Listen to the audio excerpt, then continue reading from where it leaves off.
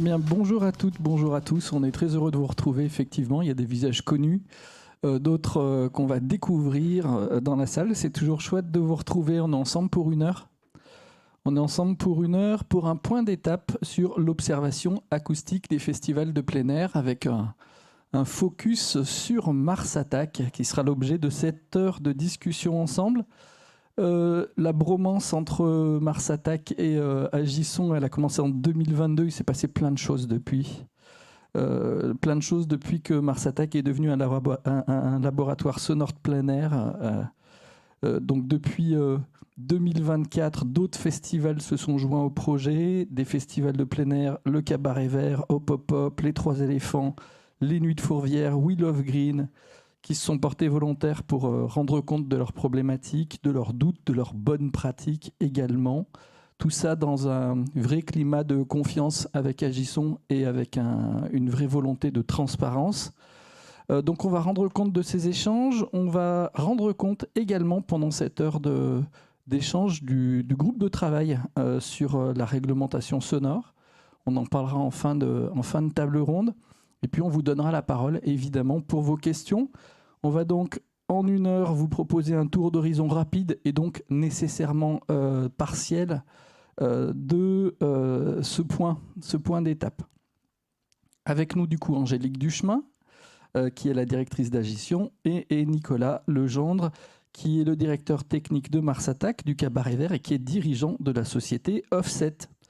Alors on va commencer peut-être par se poser la question du point de départ. En fait, comment elle part cette histoire entre Agissons et Mars Attack ?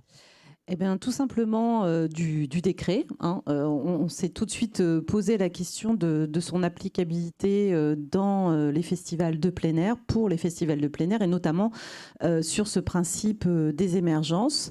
On voulait vérifier effectivement qu'il y avait des possibilités en fait, d'accepter cette réglementation en l'état qui nous semblait de prime abord pas tout à fait envisageable. On a eu la chance d'avoir un accueil très favorable de la part du festival. Donc cette bromance a commencé comme ça. Mars Attack a été questionné, en tout cas mobilisé, mais je pense que Nicolas en parlera mieux que moi, par la ville, par les riverains, etc., autour de son installation. Et c'était vraiment, nous, l'occasion d'avoir un territoire d'expérimentation, de pouvoir tester des choses, voir comment on pouvait améliorer la situation des festivals de plein air. Parce qu'Agissons a une histoire aussi qui date bien avant le décret son, qui a un gros suivi de la part de ses adhérents. C'est depuis quelle année Agissons ? Agissons, ça a été créé en 2000, suite à la création du premier texte réglementaire en 98. Et donc, on a tout de suite travaillé sur ces sujets-là, en fait, d'application du texte réglementaire, de meilleure compréhension de ce texte, de formation autour de ce texte, et puis donc de faire évoluer clairement le secteur professionnel vers ce qu'on appelle une meilleure gestion sonore, ou en tout cas une gestion sonore responsabilisée. Du coup, c'est le lien permanent avec les adhérents qui ont fait que la rencontre s'est faite, c'est ça ? C'est ça, c'est exactement ça. C'est vraiment, nous, on travaille avec les acteurs de terrain. On est avec Marion, vraiment, nous, les petites mains des acteurs de terrain. On essaie de retranscrire les choses et d'être surtout, Agissons, c'est, on va dire, la structure qui fait le lien entre le secteur du spectacle vivant qui a créé cette structure professionnelle pour s'occuper de ce sujet et les pouvoirs publics, donc les ministères concernés par ces textes réglementaires que sont l'environnement, la santé et la culture. Donc on a quand même du coup dans le jeu, j'ai envie de dire, beaucoup de protagonistes très différents. Et donc on essaie de faire le lien entre tout ça, de comprendre comment fonctionnent les métiers des uns et des autres, comment on peut faire concorder les enjeux et les spécificités des métiers pour arriver à quelque chose qui soit cohérent et qui soit surtout, nous c'est notre objectif bien sûr, d'être dans le respect des œuvres des artistes.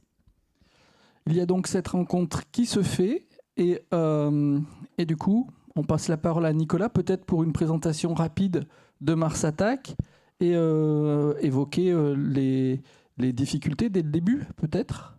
Bonjour à tous. Effectivement, alors suite à la crise sanitaire Covid, en 2021, on délocalise le festival Mars Attack. On arrive dans le parc Borély, qui est un parc en milieu urbain, avec des habitations sur 270 degrés.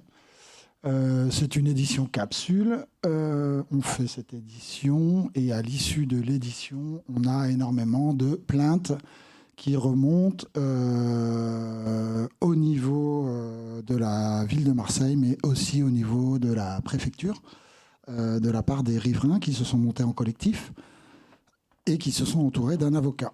Ils ne nous attaquent pas, nous, principalement, mais on fait partie du lot, c'est-à-dire qu'ils estiment qu'il y a une trop grosse activité sur cette zone l'été. Et surtout, ils attaquent la ville de Marseille qui nous délivre des autorisations d'ouverture sans s'assurer qu'on ait bien respecté les obligations du décret. Donc 2022, c'est là où on prend contact avec Agisson pour savoir comment faire, parce qu'on ne sait pas du tout comment réagir face à ça. On met en place les premières réunions de médiation avec la ville et les représentants des collectifs de riverains. Et on commence également à travailler sur des dispositifs d'implémentation d'enceintes pour essayer de réduire un petit peu notre impact. La seule chose, c'est qu'on s'est réveillé un petit peu tard, février-mars, pour un festival qui se tenait en juin. Et donc, on ne pouvait plus bouger la physionomie du festival et le matériel était déjà quasiment totalement réservé. Donc, on ne pouvait pas faire grand-chose. En tout cas, David Rousseau, Solution 63 Hz, nous a accompagnés là-dessus et donc a essayé de travailler avec ces contraintes-là.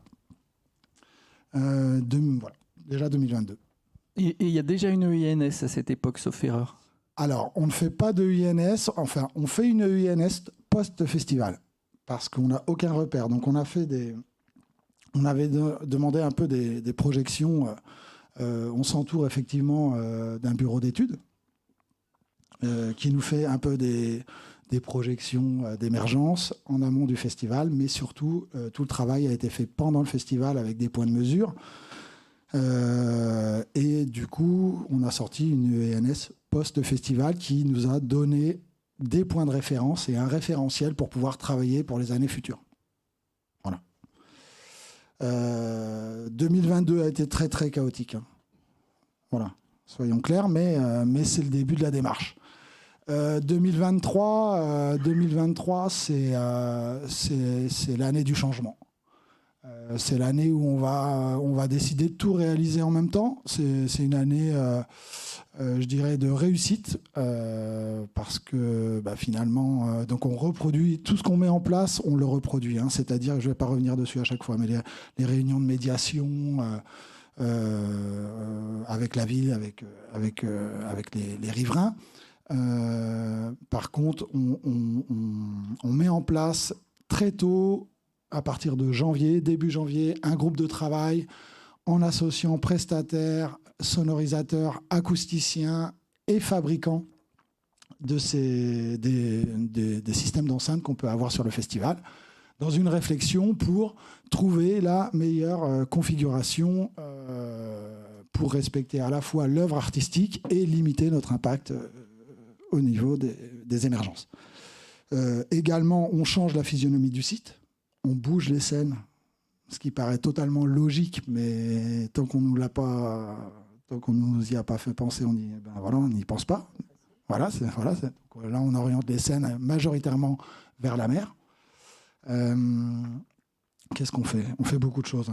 Hein. Si on met également en place les notions d'offset pour la protection du public, c'est-à-dire avoir vraiment les 102, 118 dBc en tout point accessible au public. On met en place la zone de repos acoustique, on met en place la contractualisation avec les productions accueillies et tout le système qui en découle de communication dans les fiches techniques et dans tous les lieux, loges, régies, voilà, tout ça. Et exactement, j'allais y venir, le dernier point, c'est c'est la première année où on met en place une régie acoustique avec la disposition de sondes sur le pourtour du site qui nous ramène dans cette régie acoustique en temps réel les niveaux enregistrés en DBC, en 63, si je ne dis pas de bêtises. Voilà. Et à quel moment on se dit, on va tout faire en même temps? Ça semble simple au final, on va tout faire. En gros, est-ce que vous avez une pression pour le faire ou vous êtes joueur en fait? Alors, on a une pression parce qu'effectivement, à l'issue de 2022, de l'événement 2022, on a quand même une réunion de bilan avec nos représentants de riverains et c'est très très dur. C'est très très dur et d'ailleurs j'ai oublié de le dire, c'est qu'en 2023 on met en place une autre chose vis-à-vis d'eux, c'est la visite de site en exploitation.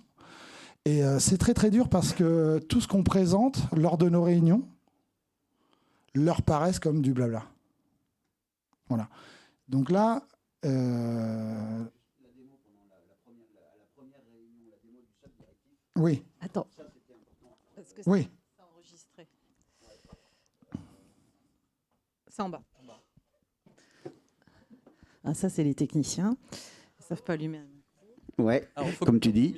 Ce que je disais, c'est que un des trucs qui a été fondamental vis-à-vis des riverains, c'est que dans la réunion, on a montré ce que c'était que la directivité. Et donc, on a fait voir qu'effectivement, derrière les subs et sur le côté des subs, il n'y avait plus de son. Et là, ça a été un premier pas vers le fait qu'ils admettent qu'on faisait quelque chose en vrai. Et après, du coup, Nicolas leur a fait la démonstration sur site, où globalement, ils ont fait une réunion derrière, dessous la scène. On va en parler très largement de cette visite de site, mais ouais, c'était un côté spoil. J'aime bien, moi, les côtés spoil. Mais du coup, voilà, donc oui, effectivement, on a quand même une certaine pression parce que c'est vrai que les représentants des riverains ne lâchent pas l'affaire. La ville de Marseille est à la fois de notre côté, mais en même temps nous demande d'agir. Donc nous, on leur demande, agissons mutuellement. Voilà. Et donc c'est ce qui se passe. 2023, même la ville de Marseille s'entoure d'un bureau d'études et on commence à rédiger conjointement un cahier des charges d'utilisation du parc Borelli sur la base de cet EINS post-festival qu'on a fait en 2022. Parce que une EINS, normalement, est prédictive, hein, on est bien d'accord, mais il va bien falloir trouver des points de référence. Donc c'est pourquoi on avait fait ça. C'est pour ça qu'on avait fait ça. Et donc 2024, on reproduit ou pas? 2024, on reproduit complètement, mais j'ai envie de dire que là, on passe à l'âge adulte. C'est-à-dire qu'on se libère de l'accompagnement. Jusqu'ici, je tiens à préciser que l'accompagnement d'Agisson était très très fort et primordial, que ce soit par Jacques Lévesque, Angélique, David Rousseau. On n'aurait jamais réussi à faire sans tout cet accompagnement et cette vigilance et cet œil et ce regard. 2024, on rebat les cartes et pour le coup, on devient plus autonome dans l'organisation de notre gestion sonore. Donc on reproduit, mais alors on reproduit tout ce qui a fonctionné, évidemment, j'en reparle pas. Le gros changement qui arrive en 2024, c'est l'intégration pour la première fois sur 3 scènes sur 4 de systèmes nativement cardioïdes. Ce qui n'est pas rien en termes de temps de montage, mobilisation de matériel, voilà. Et également, on renforce notre régie acoustique parce que là, du coup, on garde les sondes environnementales qui sont à présent posées par la ville de Marseille. Hein, c'est plus nous, alors qu'avant, c'était nous.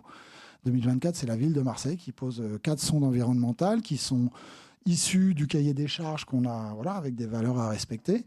Et nous, du coup, on crée une régie acoustique qui va être pilotée par Ecléo, donc Thomas Moisson d'Ecléo et David Homer de Next Level, dans lequel on va récupérer en simultané les mesures en bordure de site et les mesures au niveau de l'audience pour comprendre ce qui se passe et avoir des alertes. Vous êtes de plus en plus joueurs, en somme. Et tout ça, évidemment, financé avec des fonds du ministère de la Culture, de mécènes, tout ça, j'imagine. Pas vraiment.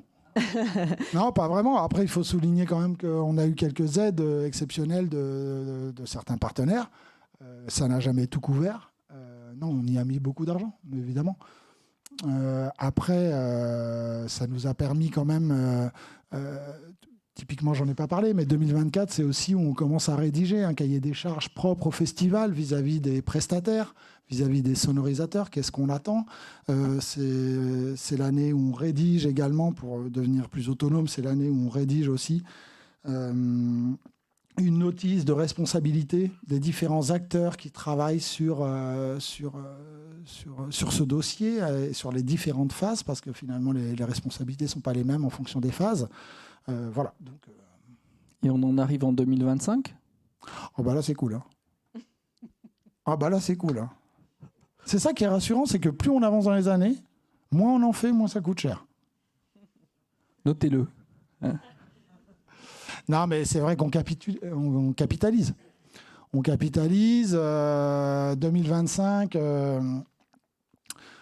on passe la dernière scène. Alors, c'est un peu particulier parce que 2025, on est sur une réduction. Quoi qu'il arrive, on baisse à 2 jours, on enlève 2 scènes. Bon, je ne vais pas vous faire le topo de l'économie des festivals aujourd'hui, mais c'est important justement, ça joue. Bah, en tout cas, voilà. Donc vous aurez senti ce que je voulais dire. Effectivement, face à nos difficultés financières, on décide de réduire. Et du coup, la seule scène qu'on n'avait pas du tout passée en cardio jusqu'ici, parce que c'était la moins gênante. Elle était au milieu du site, elle était vraiment orientée vers la mer. Et qui plus est, elle était déjà traitée même avec un système d'enceinte, j'ai envie de dire, conventionnel. Elle était traitée, mais elle était lourde, elle était dure à monter, elle était dure à caler. Enfin bon, bref, c'était pas simple.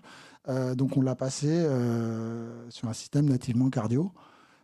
Voilà. Après, c'est la première année où finalement on a réussi à revenir à des temps de montage comme avant la mise en place de tout ce dispositif, c'est-à-dire la veille de l'accueil des productions, en y faisant le montage, mesure des émergences, calage, enfin, voilà. Et contrôle du SCHS le soir pour s'assurer qu'on est bien dans les valeurs annoncées dans le UNS prédictive.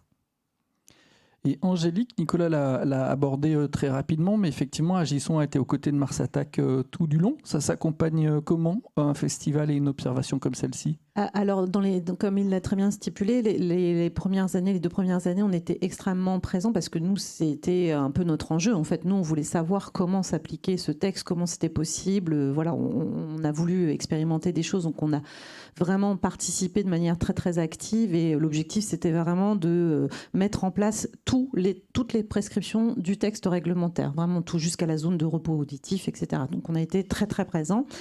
Et puis, effectivement, on s'est dit, bon, à un moment donné, on ne peut pas être là comme ça tout le temps. C'est pas représentatif de ce que peut faire ou doit faire, ou est en capacité de faire un festival s'il n'est pas accompagné. Donc, donc c'est aussi pour ça. Puis bon, il y a, comme le disait aussi très justement Nicolas, on capitalise. Au bout d'un moment, il y a des choses, voilà, que les équipes ont compris, ont intégré, etc. Donc, on s'est dit, bon, voilà, nous, on va prendre un petit peu plus de recul. On reste en observateur. Et donc, on voit un peu comment les choses évoluent, comment les interactions se font. Votre accompagnement, il est technique, c'est-à-dire que soit vous observez, mais ça ne s'est pas joué qu'à ce niveau-là. Du coup, vous avez accompagné le festival de quelle manière ? Notamment, c'est nous qui avons fait venir Solution 63 Hz la première année en urgence pour essayer de trouver des solutions parce qu'en fait, on s'est très très vite aperçu, on savait quand même intuitivement que ce qui posait quand même souvent des problèmes pour avoir étudié un grand nombre d'études d'impact des nuisances sonores sur d'autres événements avec Jackie Lévesque, on s'était aperçu que ce qui posait globalement problème, c'était les fréquences basses qui ne sont pas prises en considération dans le texte réglementaire. Donc on peut aller au bout du bout de ce texte. Dans l'absolu, on résout généralement pas trop la problématique du voisin. Donc on s'est dit, nous tout de suite, c'est là-dessus qu'on va travailler parce qu'on savait que les émergences, clairement, on les tenait pas. Donc, on s'est dit, bon, bah voilà, on va travailler davantage sur le contrôle des fréquences basses. Et donc, ça a été un peu la mission de David Rousseau, ce qui n'était pas forcément évident, effectivement, puisqu'il n'y avait pas du tout de système nativement directif sur Mars Attack au début. Donc, il fallait faire avec le matériel existant. On s'est aperçu que, voilà, avec le matériel existant, c'était quand même compliqué. Enfin, nous, ça nous a permis, en fait, de voir un petit peu toutes les problématiques qu'un organisateur pouvait rencontrer, qu'un prestataire de services techniques pouvait rencontrer dans cette ambition de vouloir répondre aux textes réglementaires. Et puis, aux aspects organisationnels aussi. Ça, c'était extrêmement important, puisque, effectivement, là, comme je le rappelais, on a énormément de protagonistes qui n'ont pas forcément l'habitude de discuter ensemble, qui n'ont pas du tout le même vocabulaire.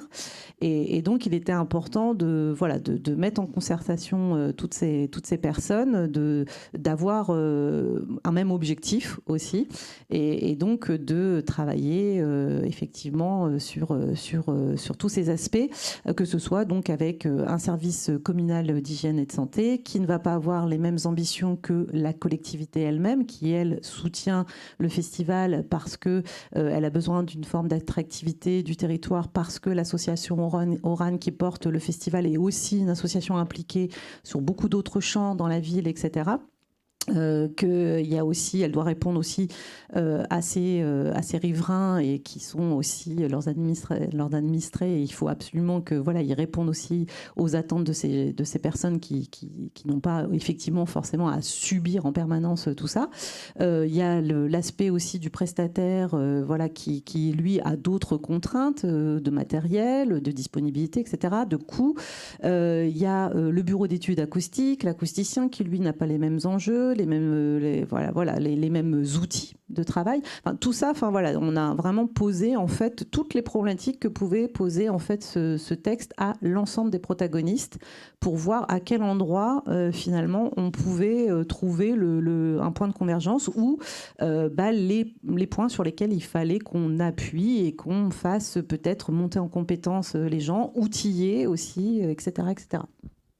Et la volonté d'ouvrir cette observation à d'autres festivals, elle se déroule avec quel objectif ? Très vite, on savait qu'en étant sur le festival Mars Attack, on est sur une typologie de festival. On est sur un festival d'une jauge particulière, d'une implantation particulière, d'esthétique spécifique, etc., etc. Donc, chaque festival étant quand même globalement un peu unique, il fallait qu'on ait quand même une visibilité, une vision de ce qui pouvait se faire ailleurs dans d'autres typologies de festivals. Et puis, surtout, de voir un petit peu comment les autres festivals s'en sortaient avec ce texte réglementaire, ce qu'ils faisaient, ce qu'ils ne faisaient pas, pourquoi. Donc voilà, c'est d'où l'ouverture effectivement de cette observation des festivals que nous avons menée avec Agisson, avec d'autres festivals volontaires. On a toujours demandé aux festivals volontaires, ceux qui voulaient bien participer à ça, qui voulaient bien en parler aussi librement. Il en ressort quoi du coup globalement? Après on rentrera dans les détails de ce qu'on a appelé focus dans le cadre de ce travail-là. Mais globalement il en ressort quoi?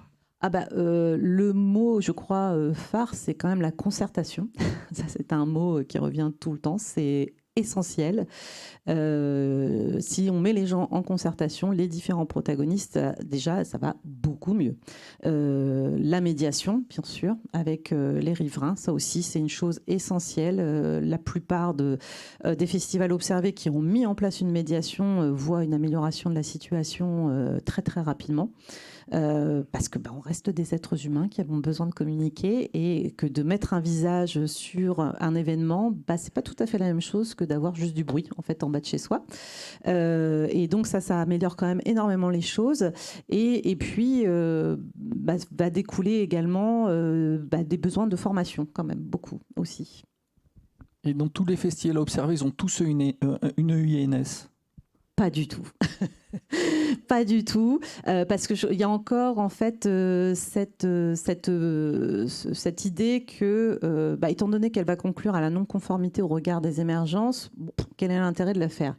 Or, nous, ce qu'on explique chez Agissons, c'est que c'est un outil. C'est un outil. Comment mettre en place des actions d'amélioration ou des choses un peu pertinentes, effectivement, en termes de gestion sonore, si on n'a pas une cartographie de base de ce qui se passe pour son festival dans son environnement, dans son implantation environnementale. On est bien obligé d'avoir cette cartographie pour savoir où agir, comment agir en fait. Et donc c'est plus, il faut plus voir cette contrainte comme un outil d'amélioration, d'accompagnement d'une amélioration effectivement de la gestion sonore que juste comme une contrainte financière, même si ça l'est quand même en ce moment. Et après, un élément qui ressort également, c'est que même si tout le monde n'a pas de INS, tout le monde se préoccupe de cette question en fonction de ses moyens et de la pression ou non exercée par la préfecture et les riverains. Oui, globalement, oui, on s'aperçoit qu'il y a quand même un intérêt pour le sujet, que ça reste quand même quelque chose, effectivement, comme le disait Nicolas, c'est vrai qu'au début, on est un petit peu perdu, en fait, parce que c'est quand même... un texte réglementaire qui demande beaucoup de choses et des fois on ne sait pas par quel bout le prendre et donc c'est vrai que globalement il y a un intérêt, il y a des choses qui sont faites et qui sont faites fonction effectivement s'il y a une pression ou pas de la part des riverains notamment. Alors, dans le cadre des perspectives sonores, il y a quelques semaines, jours, on a fait un webinaire assez suivi, il y avait presque 80 personnes, je dis pas de bêtises. Peut-être. Et Marion me dit oui. On s'est amusé à faire un petit nuage de mots en demandant donc cette question-là, quel mot associez-vous à la gestion sonore des festivals ? Alors je vous cache pas que j'ai été presque étonné. Prévention, protection, émergence, voisinage. Et au final, on a un nuage de mots qui est très orienté prévention et protection. Donc, je crois que cette question de la prise en compte des nuisances sonores qui remontait dans le cadre de cette observation, elle est assez nette. Quand on pose la question, allez, notez de 1 à 7 les affirmations suivantes, avec 1 pas du tout d'accord et 7 totalement d'accord. La gestion sonore est une préoccupation majeure de notre structure. On voit que les moyennes, elles se situent autour de 6 et 7. Les partenaires institutionnels, État, région, département, ville, nous appuient efficacement en matière de gestion sonore. Là, c'est très, très réparti, entre 2 à 7. Les riverains se montrent compréhensibles à l'égard de nos activités. C'est pareil, hein, on va de 2 à 7, avec un pic autour de 4, en tendance beauf. Je crois que c'est un peu la tendance. Il n'y a plus de conflit avec les artistes et les producteurs en matière de respect des niveaux sonores. Là, c'est pareil. On va avoir quelque chose qui est très, très réparti, avec des scores qui vont de 2 à 7 et une moyenne de 4,2 sur ces questions-là. On vous propose maintenant de faire un tout petit focus sur la question. Il y a 2 questions, en fait. Il y a plusieurs questions qui ont été traitées de manière approfondie dans le cadre de ce travail d'observation. Des focus techniques qui seront abordés juste après, notamment par Bruno. Et puis des focus notamment liés à la médiation et liés aux questions RH.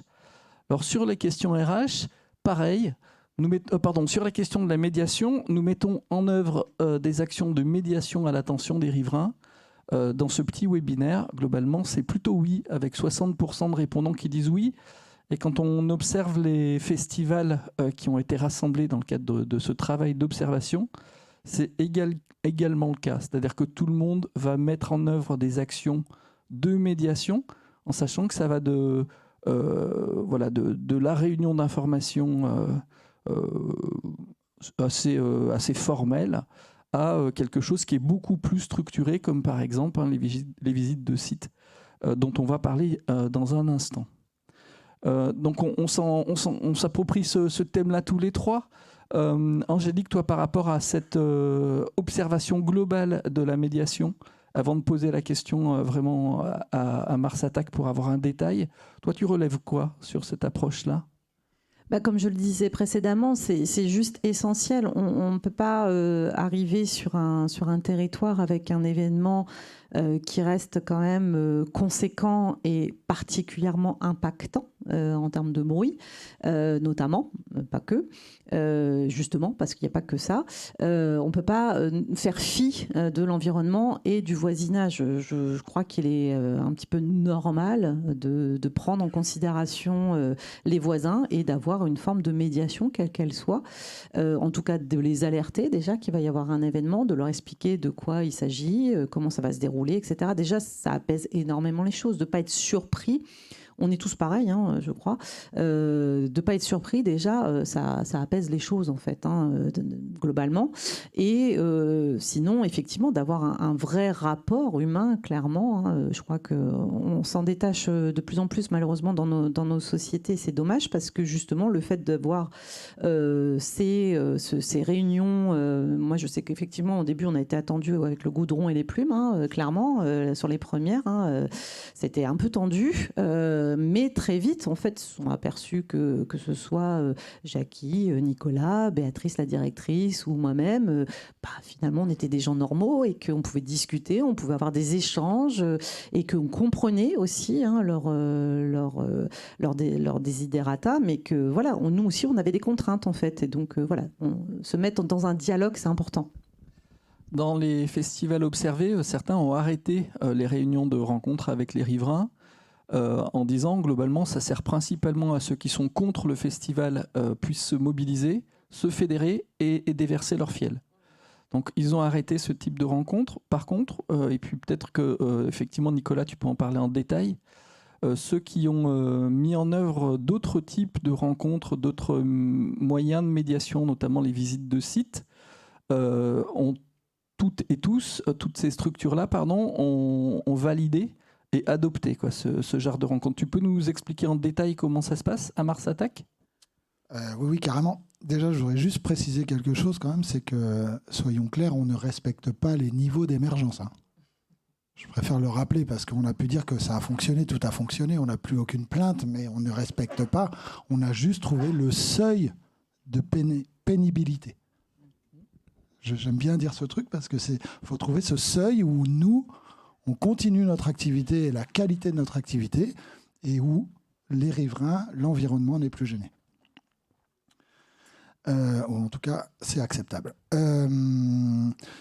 Oui, alors effectivement, depuis, donc c'est quoi, 2023, l'année où on fait tout, là, d'un coup, là, on met en place la visite de site réservée aux riverains, pas aux représentants des riverains d'ailleurs, à tous les riverains qui veulent se joindre à cette visite de site. C'est exclusivement pour eux, c'est également pour les élus de la ville et voilà. Et se sont joints également d'autres personnes, mais en tout cas voilà. Alors moi, ce que j'ai retenu principalement de cette visite de site, c'est que ils m'ont dit vous êtes honnête. Entre ce que vous racontez lors des présentations dans une salle et ce que vous nous faites visionner, voilà, vous nous montrez, vous avez vraiment fait le travail. Voilà. Après, comment ça s'est traduit ? C'est-à-dire que je me rappelle qu'on était avec Jackie, l'évêque, et du coup, on a été voir les différentes scènes et on a fait aussi des petits exercices de se mettre devant l'enceinte, fermer les yeux, intégrer le son et passer derrière. Et là, ils se rendaient compte, en fait. Et on est passé par des exercices pratiques où aller derrière un système de sub implémenté en cardio et discuter juste à l'arrière, alors qu'en face, les gens ne peuvent à peine se parler, on va dire. Voilà. Il y a un effet aussi de ces réunions, c'est qu'elles sont presque plus conviviales et qu'elles permettent vraiment la discussion informelle. Complètement. En fait, c'est vrai que on se balade, on prend ce temps, ça prend 1h30, 2 heures. Après, on boit un coup ensemble aussi. Oui, c'est un moment de convivialité. Enfin, c'est vrai que nous, en tout cas, c'est ce qu'on a essayé d'instaurer. On l'a reproduit en 2024. Alors pour le coup, on a essayé de changer le cheminement parce que c'est pas tout à fait. On a montré d'autres choses parce qu'en 2023, on n'avait pas montré la régie acoustique, par exemple. On leur avait dit regardez, il y a des micros là, mais on n'avait pas tout montré. Donc voilà, 2024, on a fait ça. Moi, ce que j'aime beaucoup, c'est que cette année, on l'a pas fait parce qu'on est passé sur 2 jours, on n'avait pas le temps, je pouvais pas me mobiliser pour faire ça.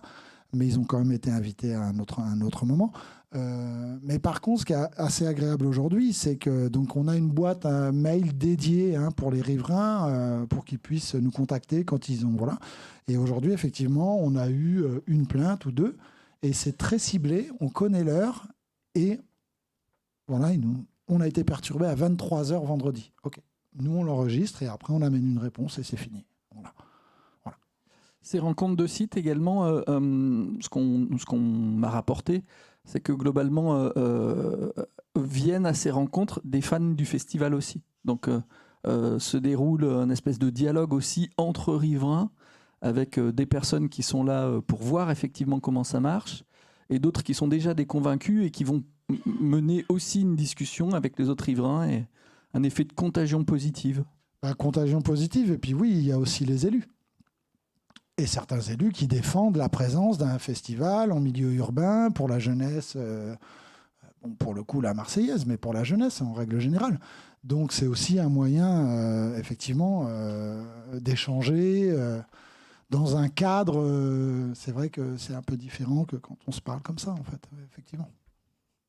Alors Béatrice Desgranges, la directrice du festival Mars Attack, m'a dit, quand on a parlé de cette visite de site, elle m'a dit ça a tout changé.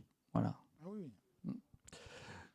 Et il semblerait que tous les festivals qui mettent en place ce type de démarche pensent aussi la même chose, quoi. C'est vraiment très important. Ça crée un lien tout autre. Et effectivement, ça crée aussi finalement des ambassadeurs parmi les premiers détracteurs. C'est ça qui est fou, quoi. Donc, oui, puis il faut pas oublier que en fait, ils comprennent, ils entendent nos problématiques. Il y a un élément clé qui sort depuis le début de notre discussion, c'est le partage des enjeux et des contraintes des différentes parties prenantes.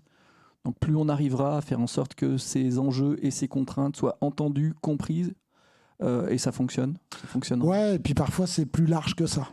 Nous, on a pu sentir que cette problématique de gestion sonore, bon, ça pouvait se relayer aussi sur le tas de trottinettes qui pouvaient traîner là, ou les jeunes qui restent à la sortie du festival, ou les poubelles. Enfin, voilà. Donc, parfois, ça traduit. Et donc, bon, effectivement, là, on parle de gestion sonore, mais nous, on l'a intégré, mine de rien, dans une gestion un peu globale, avec tout un pan à côté de mobilité, voilà, et de...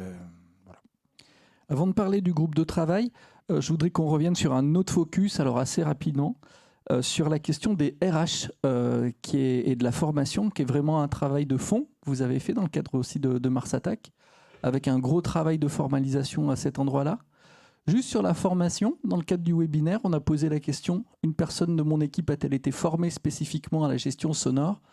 Et globalement, c'est plutôt oui-non, 40-40. Et puis ne sait pas, voilà, un tout petit 10%. Mais cette question, elle est essentielle. Mars Attack, vous l'avez traitée comment, cette question des RH? En avançant. Comment on l'a traitée? On l'a traité assez vite parce que à l'issue de 2022, ça a été vraiment très très dur. Le festival, pendant le festival, vu qu'on a fait tout un peu rapidement, qu'on découvrait, on a mis des salariés dans des postures, dans des responsabilités qui n'étaient pas les leurs. Voilà, donc à l'issue de 2022, voilà, on s'est vraiment posé cette question-là. Qui est responsable de cette démarche? Qui doit l'assumer? Qui doit représenter l'organisation? Voilà, c'est pour ça qu'on a mis toute cette communication aussi dans les fiches techniques, très en amont, dans la contractualisation, pour pouvoir soulever les loups le plus tôt possible et qu'on puisse en discuter en amont, et que pour le coup, dans ces cas-là, c'est vraiment la direction technique qui en discute avec les gens qui pourraient ne pas être d'accord. Donc ça, effectivement, ça a apaisé beaucoup de choses. Après, le RH, il y a une formation qui a été montée en partenariat avec Agisson, la Société du Show, et qui a été, en tout cas, une formation qui était dédiée pour les techniciens son de du show et techniciens son du festival Mars Attack sur l'appropriation du décret et de l'arrêté, parce que pour le coup, l'arrêté était sorti à cette époque-là.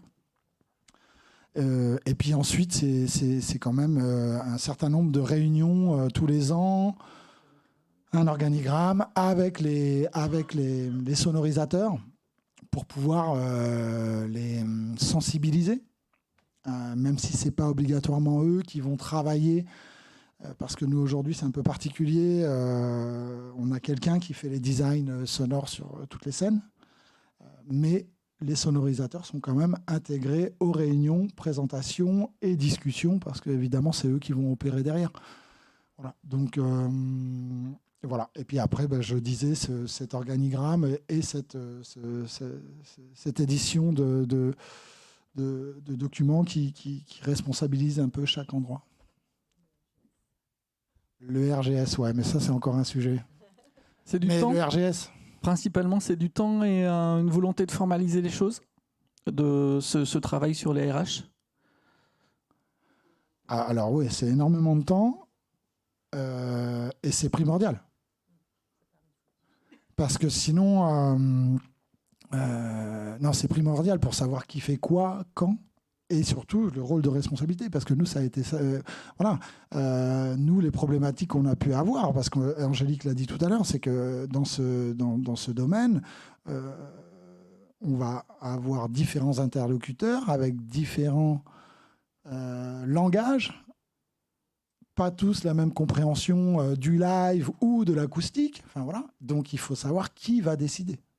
Il faut savoir qui va... voilà. Un exemple tout simple, sur une édition, on a le bureau d'études acoustiques embauché par le service communal d'hygiène et de santé de la ville de Marseille, qui nous signale qu'il y a des dépassements en bordure de site, enfin que voilà, ça ne fonctionne pas au niveau des émergences, en tout cas de ce qui avait été défini comme valeur en DBC en bordure de site. Qui intervient ? Voilà, c'est vrai que pendant un temps, toi, tu étais occupé, il y avait un problème de sécurité, le directeur technique n'était pas disponible.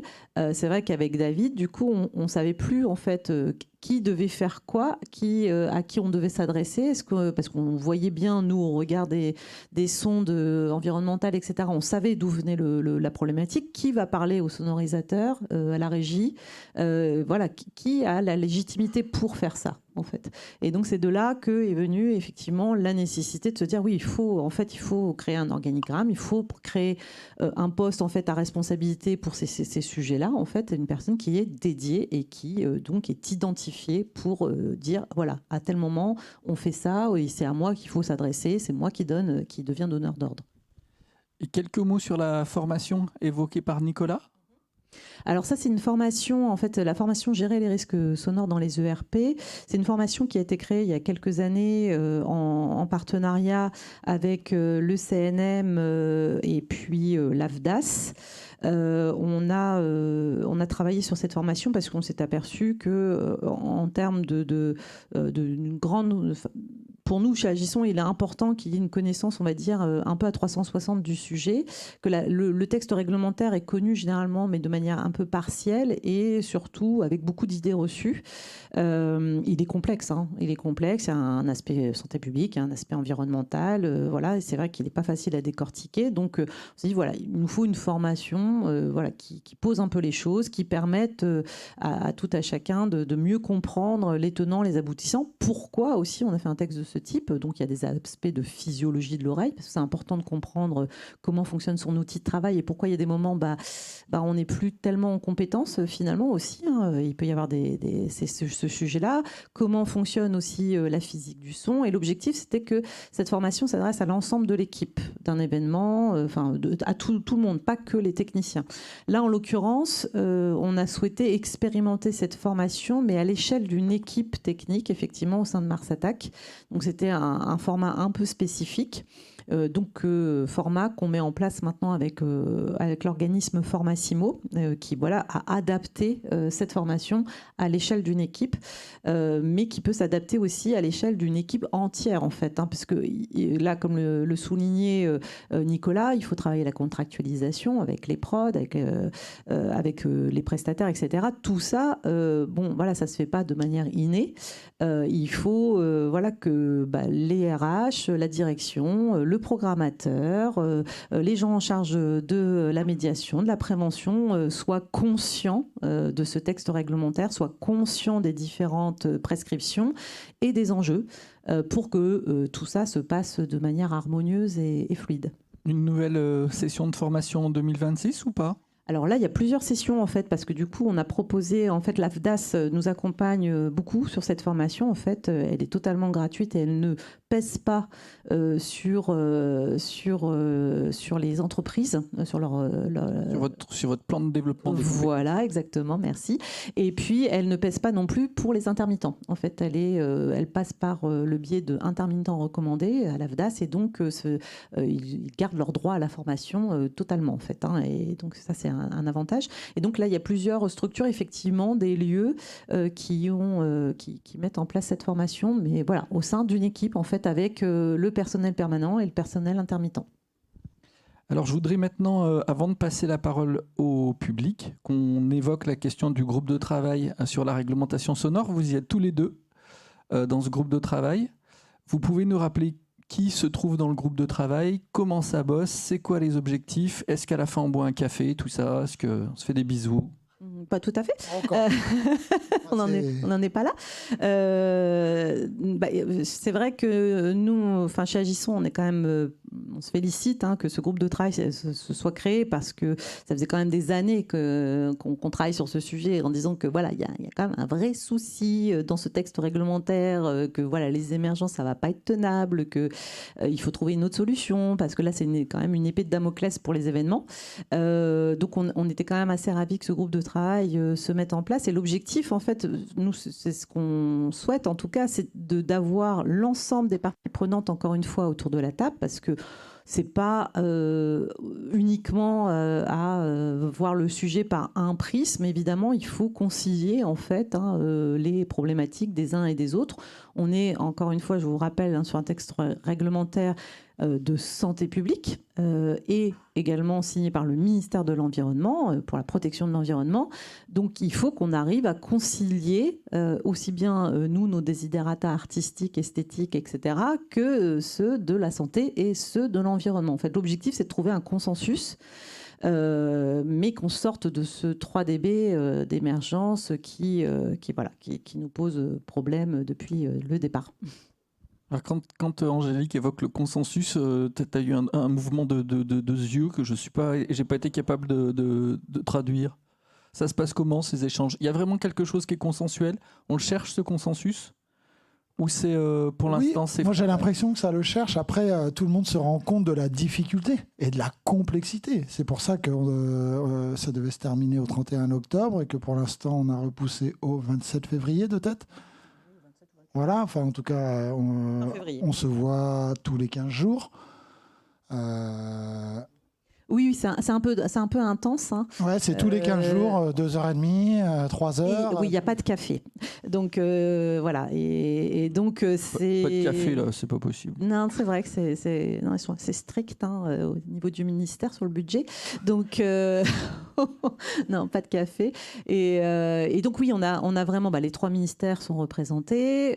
Nous, on a demandé à ce qu'il y ait des représentants des contrôles, en charge des contrôles. Donc on a notamment la préfecture de police de Paris. On a également l'ARS Île-de-France. Je vois Stéphane qui est dans la salle également. On a également des représentants du Conseil national du bruit, puisque quelle que soit la modification qu'on va pouvoir apporter à ce texte réglementaire, il faut garder à l'esprit que juridiquement, c'est extrêmement compliqué de bouger les choses. Il va falloir que ça passe aussi par les fourches codines de consultation, en fait, obligatoires, notamment le Conseil national du bruit. Donc, les acousticiens sont aussi représentés, les prestataires de services techniques, les organisateurs par le prisme d'Agisson, bien sûr, et de son bureau.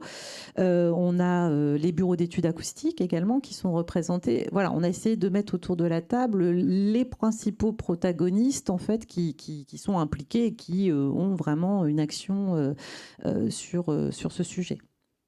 Il en sort quoi pour l'instant ?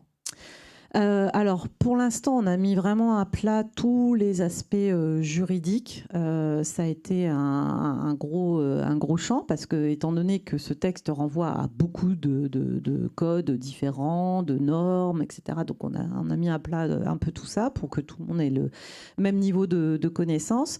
On a chacun partagé aussi ses expériences, que ce soit par le prisme justement des agents en charge du contrôle, que ce soit par le prisme de l'organisateur, que ce soit par le prisme du bureau d'études, pour justement, et c'est là où on s'aperçoit, comme le dit Nicolas, que c'est quand même très compliqué, en fait, hein, on n'a pas tous les mêmes objectifs, etc. Et que ensuite, juridiquement, on s'aperçoit que oui, bouger des choses, c'est très très difficile en fait, hein. Il faut passer par le Conseil d'État. Voilà, c'est quand même des. Alors du coup, c'est vrai qu'aujourd'hui, on est tous, on va dire, sans se le dire très très franchement, mais on aimerait tous en fait arriver à trouver des solutions sans avoir forcément à passer par le Conseil d'État, qui va être sinon un dossier qui va encore traîner pendant des années, qui va être très long. Il faut convaincre. Enfin bon, c'est énorme. Enfin, c'est un dossier énorme à constituer, donc on aimerait éviter ça, si possible, et donc passer par plutôt peut-être qu'une modification de l'arrêté, etc. Bon, en tout cas, on peut se féliciter. En tout cas, dans les grandes avancées de ce jour, on s'est aperçu et là, on est tous tombés d'accord sur le fait que les événements de moins de 4 jours ne sont pas concernés par le principe des émergences. Ça ne veut pas dire que les événements de moins de 4 jours ne doivent pas respecter la réglementation. Attention, hein, on doit bien faire une étude d'impact des nuisances sonores, on doit bien avoir une cartographie, on va dire, de son événement et mettre en place plutôt des obligations de moyens pour être on va dire, moins impactant possible pour son environnement. Mais en tout cas, on peut se féliciter de sortir en tout cas un grand nombre d'événements de ce principe des émergences qui est totalement intenable aujourd'hui, quoi. Ça sera officiel à partir de quand ? C'est déjà officiel puisqu'il y a un communiqué de presse qui est sorti, hein, signé par les 3 ministères qui en atteste. On l'a pas vu, il n'a pas encore été mangé par la lettre du spectacle, l'actualité de la scénographie, etc. Mais bientôt. Ça va arriver. On va vous lancer le bal. Bravo. Vous lancez le bal, bravo. Et comme c'est enregistré, on va vous demander de bien parler dans le micro. C'est à vous la parole. Vous vous présentez bien rapidement. Je suis Joël Malardot, je fais de la direction technique de festivals et d'événements dans le sud de la France, vers Montpellier. Et justement, pour rebondir par rapport à ce que vous disiez sur l'exclusion des festivals de 4 jours, c'est 4 jours inclus ou Moins de 4 jours. 3 jours. 3 jours, ok. Merci bien. Et je vais aller dans le... Alors, si vous voulez bien passer le micro là-bas, puis le temps que le micro circule, moi, j'ai décidé par exemple de faire un festival de 4 jours, puis je m'arrête 2 jours, hein, puis après je reprends 4 jours, puis après je m'arrête 2 jours, puis je fais ça pendant 6 mois. C'est bon ? Ah non, ça ne marche pas. C'est 3 jours sur 1 mois. Nicolas Faure, directeur technique des Nuits de Fourvière. Pour revenir sur ces 4 jours, j'ai un souvenir, antérieurement sur le texte, de l'utilisation du même espace sur 12 mois de manière récurrente. C'est-à-dire qu'un organisateur d'une durée inférieure à 4 jours, tout va bien. La ville qui autorise la manifestation sur un espace, le parc, prenons n'importe quel parc, plusieurs fois dans l'année, est inquiété, lui. Alors, c'est toujours un peu complexe, ça, puisque on va partir par le prisme de l'événement, en fait. Donc, c'est chaque événement, c'est pas... à part si c'est la ville qui organise à chaque fois, évidemment. Ouais, la vraie question, c'est que l'autorisation de manifestation étant donnée par la ville, systématiquement, qu'est-ce qui empêche un riverain d'attaquer la collectivité pour un usage inapproprié de l'espace ? Ah bah ça, elle peut le faire, hein. Ça, il y a toujours la possibilité, effectivement, par le prisme d'autres réglementations, pas par le prisme du décresson, mais par le code de l'environnement. Donc, juste pour finir la conclusion, ça veut dire que l'exception des 4 jours, qui est une bonne nouvelle, hein, on va pas elle libère certains organisateurs, mais en fait, dans le fond, on va prendre l'exemple de mon territoire qu'est Lyon, la place Bellecour ou le stade. À un moment, nos pouvoirs publics seront coincés. Alors après, c'est vrai que c'est aussi pour les collectivités, notamment, j'en ai discuté beaucoup avec la ville de Lyon, effectivement, c'est avoir une réflexion sur l'usage de l'espace public. On ne peut pas imposer effectivement à des riverains qu'il se passe des choses tous les week-ends pendant 6 mois. Au bout d'un moment, je peux comprendre, hein, on est tous des riverains à un moment donné et qu'on peut entendre que voilà, c'est pas tenable. Donc il faut varier, on va dire, les plaisirs peut-être un petit peu. En tout cas, c'est le conseil qu'on a posé à Lyon, de dire voilà, peut-être varier un peu les lieux, ça serait un petit peu plus sympa pour les riverains. Une autre question. On a encore 5 minutes, donc vous avez le temps. Allez-y, n'ayez pas peur, il y a une main qui se lève. Et puis, il y en aura une autre devant après. Bonjour, moi je suis Fabien Gouel, acousticien, du coup, et je voulais savoir sur l'expérience Mars Attack, en termes d'émergence au voisinage, en 2022, 23, 24 et 25, est-ce que c'est chiffré? Et du coup, quand vous dites que vous dépassez les seuils réglementaires des 3 dB, est-ce que vous avez l'évolution des émergences au voisinage par rapport aux actions que vous avez pu mettre sur la sonorisation Oui, carrément, par l'intermédiaire justement des sondes, et des sonomètres, parce que c'est des sonomètres qui ont été disposés en limite de site. Là, on arrive à un seuil où on ne sait plus aller plus bas pour l'instant, en tout cas avec les connaissances techniques qu'on a. Et le matériel qu'on a. Voilà, donc là, dans notre cahier des charges, mais oui, on sait exactement. Je peux vous le donner. On est à 85 dBc en limite de... Non, mais je pense que par contre, monsieur parlait au niveau des émergences chez le voisin. Là, il n'y a plus de données. Non, on ne sait pas chez les voisins. Chez les voisins, on ne sait pas du tout, parce que déjà, on n'a jamais eu l'autorisation de rentrer chez eux.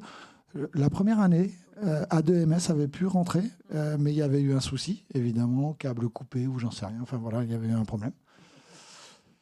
Ben oui, mais parce qu'en fait, il faut pouvoir y aller régulièrement. C'est pas facile, en fait. Mais ne serait-ce qu'en limite de propriété, sans être... Alors nous, ça nous est pas demandé. C'est-à-dire que nous, on s'arrête à la limite de site. On peut définir la limite de propriété.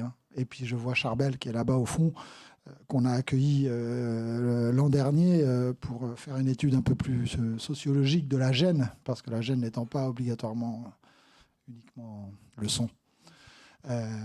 Du coup, on est capable de la déduire, parce que nous, notre limite de site, les habitations, elles sont 25 mètres derrière ou 30 mètres derrière. Donc, et puis, la c'est vrai distance que ne réduit pas beaucoup, en fait. Cette idée de partir sur la limite de site, c'était aussi, encore une fois, dans l'esprit d'une concertation en fait, avec les différentes parties prenantes, parce qu'il est quand même beaucoup plus facile de se retrouver avec le service communal d'hygiène et de santé, avec le bureau d'études acoustiques, l'organisateur pendant l'événement en limite de site, que chez un riverain.